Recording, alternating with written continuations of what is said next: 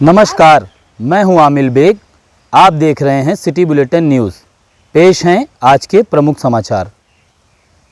Prayagraj highway पर थानापुरा कलंदर के समीप बाइक सवार दो होमगार्डों को स्कॉर्पियो कार ने टक्कर मार दी। दोनों ही होमगार्ड गंभीर रूप से घायल हो गए, जिन्हें जिला चिकित्सालय में भर्ती कराया गया है।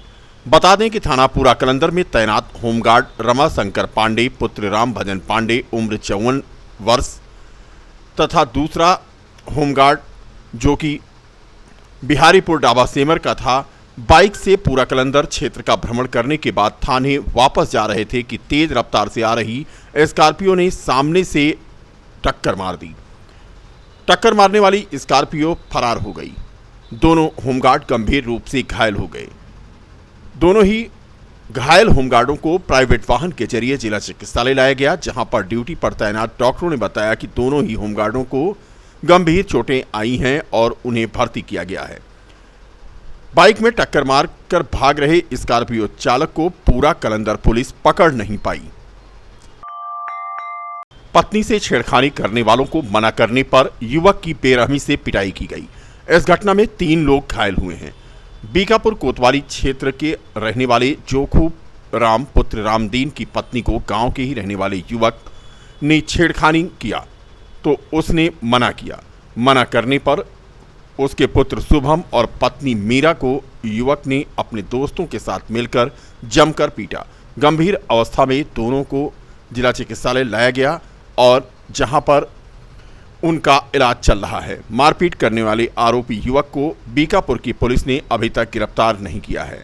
आरोप है कि वो परिजनों को लगातार धमकी दे रहा है और पुलिस कोई कार्रवाई नहीं कर रही है। पत्नी, बेटा और पति तीनों ही दहशत में हैं। रोड पर पड़ी पेड़ की डाल से टकराकर बाइक सवार बाप बेटे घायल हो गए। घटना डाबा सेमर के पास की है। तारुण क्षेत्र के रहने वाले अजय कुमार तिवारी उम्र 40 साल पुत्र रामचरित्र तिवारी अपनी बाइक से बेटे को बिठाकर अपने साली के यहां बीकापुर कोतवाली के चौरे बाजार जा रहे थे कि डाबा सेमर के पास पेड़ की डाल पड़ी होने की वजह से बाइक अनियंत्रित हो गई, जिससे दोनों ही गंभीर रूप से घायल हो गए। दोनों ही घायलों को जिला चिकित्सालय में भर्ती कराया गया है। लखनऊ स्थानांतरित हुए एसओ जीआरपी वरुण शर्मा को आज सहकर्मियों ने विदाई दी। इसी के साथ ही नए जीआरपी अयोध्या के प्रभारी अरविंद कुमार तिवारी ने पदभार भी ग्रहण किया। बता दें कि जीआरपी फैजाबाद के प्रभारी निरीक्षक रहे वरुण कुमार शर्मा का लखनऊ ट्रांसफर हो गया है। लखनऊ से जीआरपी के ही नवागत प्रभारी निरीक्षक अरविंद कुमार तिवारी ने आज अपना कार्यभार ग्रहण किया। स्थानांतरित हुए एसओ जीआरपी वरुण शर्मा का जहां आज विदाई समारोह आयोजित किया गया, वहीं नए प्रभारी का आज सम्मान किया गया। भावभीनी विदाई के मौके पर उप निरीक्षक Abhishek Kumar Shukla, head मुहर्रिर Alok Singh, head constable Shailesh Kumar Shahi के अलावा रामानुज वर्मा, ब्रजेश कुमार सिंह, राजकुमार यादव आदि मौजूद रहे। मैं अपने स्टाफ का समस्त मेरे साथ जो लोग मेरी पोस्टिंग के दौरान मेरे साथ रहे, मैं उनका तहे दिल से शुक्रगुजार हूँ। उन्होंने मेरे साथ हर समय लगभग 11 महीने पूरी कर्मठता से मेरे पास हुई और कंधे से कंधा मिलाकर मेरा साथ दिया। सब लोग बहुत ही कर्मठ हैं, जुझारू हैं, जिन्होंने मुझे 11 महीने तक किसी भी तरह की कोई तकल्लुफ़ महसूस नहीं होने दी। अपने सरकारी कार्य के प्रति उन्होंने बड़ी संवेदना के साथ और बड़ी प्रभावी ढंग से कार्य किया, जिससे मुझे थाने का संचालन करने में किसी भी तरह की कोई समस्या नहीं आई। और जहाँ तक इनके अपने सब लोगों के कार्य करने का अनूठा अपनी मेहनत से जो कार्य करते हैं, जिससे पुलिस की छवि और लोगों में एक पॉजिटिव संदेश जाता है, ये सब इन्हीं लोगों की इतनी मेहनत और कर्मठता का परिणाम है, जिससे ये थाना 11 महीने सफलतापूर्वक संचालित रहा। और मैं जैसा कि अरविंद तिवारी साहब कंट्रोल रूम प्रभारी थी, और अब वो जो रिक्त स्थान हुआ है उसी पर मैं जा रहा हूँ और मैं अब वहाँ लखनऊ में कप्तान साहब के कार्यालय में कंट्रोल रूम प्रभारी रहूँगा। मैं लखनऊ में जीआरपी अनुभाग श्री महापुलिस अधीक्षक महोदय के कार्यालय में कंट्रोल रूम प्रभारी के पद पर नियुक्त रहा और वहाँ से मैं हस्तांतरित होकर यहाँ पे आया हूँ। अभी यहाँ का चार्ज लिया है और यहाँ अयोध्या कैंट पर मेरी नियुक्ति हुई है। आज से मैं अपना बेस्ट करने का प्रयास करूँगा। लोगों को प्रयास करूँगा कि सहूलियतें जो मुझसे हो पाएँ ज़्यादा सहूलियतें मिलें। क्राइम पे मैं ज़्यादा से ज़्यादा वर्क करूँ, कंट्रोल करूँ। लोगों को पुलिस के प्रति एक विश्वास बढ़े, ऐसा हमारा प्रयास रहेगा। सबसे मेरा अनुरोध रहेगा कि सतर्कता बरतें, विशेष रूप से यहाँ पे कोई ऐसी चीज़ें हों, संदिग्ध हों तो उसको तुरंत बताएं, इस पर कि त्वरित कार्रवाई करके उसको देखा जाए, हैंडल किया जाए। कोई ऐसी संदिग्ध कोई व्यक्ति कोई वस्तु मिले तो तुरंत बताएं, कंट्रोल रूम बताएं, थाने बताएं, हमारे COG नंबर बताएं। और रही बात कोरोना का, भी धीरे धीरे वो प्रसार बढ़ रहा है, तो सबसे अपील करूंगा कि सब लोग मास्क इत्यादि लगाना सुनिश्चित करें और जो एक दूरी मेंटेन करने की बात है उसको मेंटेन करना प्रयास करें। अरविंद कुमार तिवारी। कांग्रेस के प्रदेश महासचिव जयकरण वर्मा ने महंगाई, बुलडोजर, लाउडस्पीकर को लेकर भाजपा सरकार को घेरा है। जयकरण वर्मा ने आज कहा कि उत्तर प्रदेश की जनता ने महंगाई को नहीं बनाया था मुद्दा। जिन मुद्दों पर भारतीय जनता पार्टी की योगी की सरकार बनी, इन मुद्दे पर वह काम नहीं कर रही है, वो अपने मुद्दे पर काम कर रही है। हमारी उत्तर प्रदेश की जनता ने महंगाई, रोजगार, भाईचारे पर वोट नहीं दिया, उसी का खामियाजा आज हमारी जनता भुगत रही है। सरकार की बर्बरता सारे लोगों के सामने आ रही है। वहीं बुलडोजर को लेकर योगी सरकार पर उन्होंने आज निशाना साधा।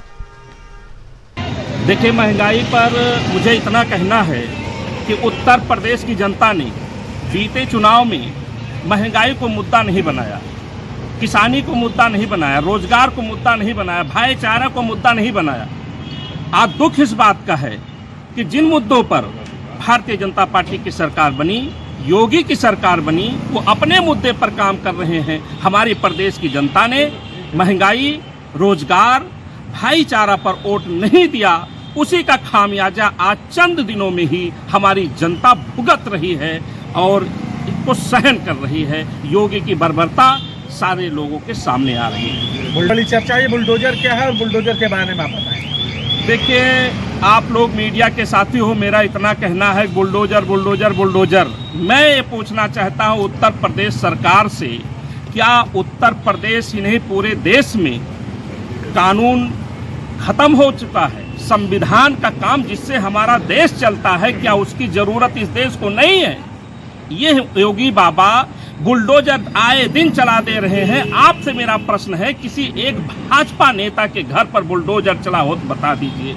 आज जिस पर बुलडोजर चल रहा है, या तो वो भाजपा के खिलाफ आवाज बनकर खड़ा हुआ है, या वो जनता की आवाज उठाता है, किसानों की बात उठाता है, उसके घर पर बुलडोजर चल जाता है। और जितने बड़े बड़े अपराधी हैं उनसे उनकी साठगांठ चलती है। अभी बीते चुनाव में आप लोगों ने देखा होगा, बाहुबलियों की जीत बताती है कि इस देश और प्रदेश में इनको अपराधियों से मतलब नहीं है, इनको सिर्फ मतलब है। तो यहाँ अपराधियों से इसलिए मतलब है इनको कि अपराधी को मिला करके ये दलितों, पिछड़ों, अल्पसंख्यकों को तहस नहस करना चाहते, उनकी आवाज को बंद कर देना चाहते। अगर जो बुलडोजर चलाने की हिम्मत है योगी बाबा पर, तो उन अपराधियों पर चलाकर दिखावें जो भारतीय जनता पार्टी में खड़े राज कर रहे हैं, धन कमा रहे हैं और सामान्य लोगों पर वो डंडे और चाबुक चलाने का काम कर रहे हैं। उन पर हिम्मत नहीं होती उनकी चलाने। लाउड स्पीकर पर चर्चा कर रही है, जिसकी चर्चा हम सुनना भी नहीं चाहते और देखना भी नहीं चाहते। तपती धूप ने जहां आम आदमी को बेहाल कर रखा है, वहीं जानवर भी तपती धूप में अपने आप को सुरक्षित रखने के लिए दूसरों के मकान में शरण ले रहे हैं। ताजा मामला है काशीराम कॉलोनी के पीछे स्थित खाले का पूर्वा का। इंदौर की रहने वाली महिला का मकान है और मकान में ताला बंद करके पिछले दिनों इंदौर वह गई थी। आज जब लौटी तो देखा कि घर में एक जहरीला सांप निकल आया। महिला डर गई और उसकी चीख पुकार सुनकर स्थानीय लोगों ने पुलिस को सूचना दी।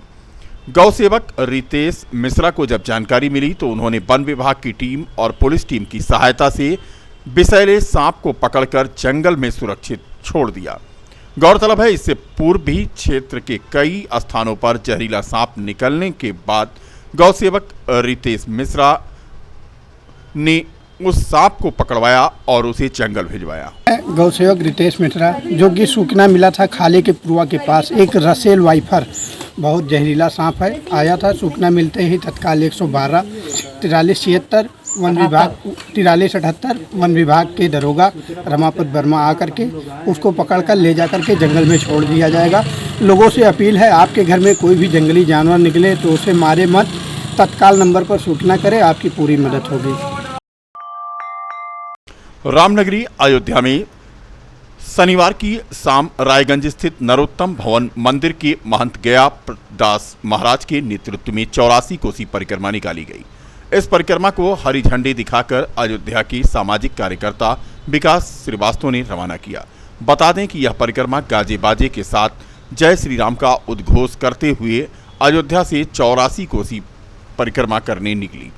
महंत गयादास ने बताया कि परिक्रमा में शामिल होने हेतु अयोध्या से लोग इस यात्रा में शामिल हुए।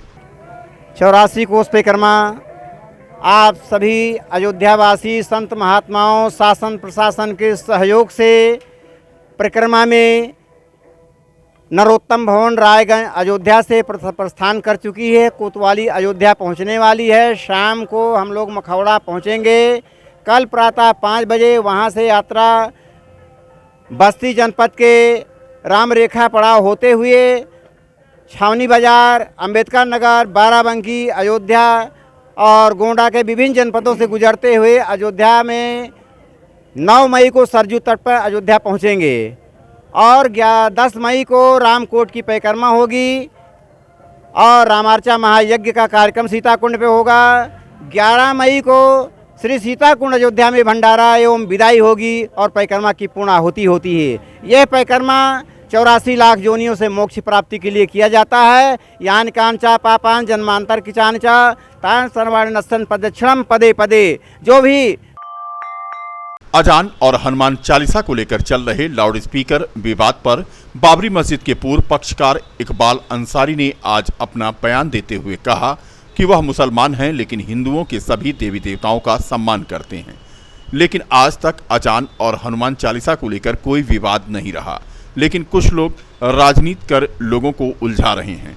उन्होंने कहा कि हम हिंदुस्तान के निवासी हैं और यहाँ के वफादार भी हैं। हम सभी धर्मों के भी वफादार हैं। हम हिंदुस्तान के निवासी हैं, हिंदुस्तान के वफादार हैं और सब जो है सब धर्म के वफादार हैं। हम मुसलमान हैं लेकिन सम्मान जो है सारे हिंदुओं के देवी देवताओं का भी करते आए हैं, लोग भी करते हैं। आज तक अजान भी होती रही, कोई इतराज नहीं रहा और हर मंदिरों में सुबह 4 बजे से आरती पूजा हनुमान चालीसा होता रहा। किसी ने जो है कभी किसी ने कोई इतराज़ किया नहीं। आजकल जो है लोग राजनीति में जो है इस तरीके से लोग बात करते आ रहे हैं कि एक साथ जो है होना चाहिए। अरे कोई मना नहीं करता, लेकिन कुछ चीज़ें ऐसी हैं कि भजन हो कीर्तन हो तो अगर हम उसको सुनना चाहें तो जहाँ डबल आवाज़ आएगी तो हम उसको भी नहीं सुन पाएंगे। एक तरफ हम हनुमान चालीसा भी नहीं सुन सकते, अजान भी नहीं सुन सकते।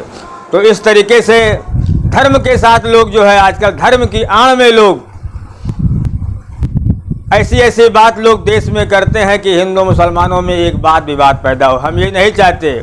हमारा मजहब यही सिखाता है कि हर जात के हर धर्म के की पूजा की लोगों की जो है पूजा पाठ की नमाज की जो है हिंदुस्तान में आज़ादी है। लोग अपने अपने हिसाब से लोग करते रहते हैं, करें और लोग इस तरीके से ना करें कि जो एक दूसरे के जो है कोई विवाद पैदा हो। हिंदू मुस्लिम सिख ईसाइयों का देश है, ये हिंदुस्तान है। सम्मान हनुमान चालीसा का भी हो रहा है आज की लोग बात करते हैं, पहले से हो रहा है, लोग सुनते आए हैं, मुसलमान अजान दे रहा है, लोग सुनते आए हैं, किसी में कोई विरोध नहीं है। हमें चाहते हैं कि इसको जो है सरकार अपने स्तर से देखे और इस तरीके से जो लोग काम कर रहे हैं, देश को ये लोग चाहते हैं कि देश में लोग उलझें, देश का नुकसान करें, तो हम ये नहीं चाहते। हमारा मजहब यही सिखाता है हर धर्मों का सम्मान होना।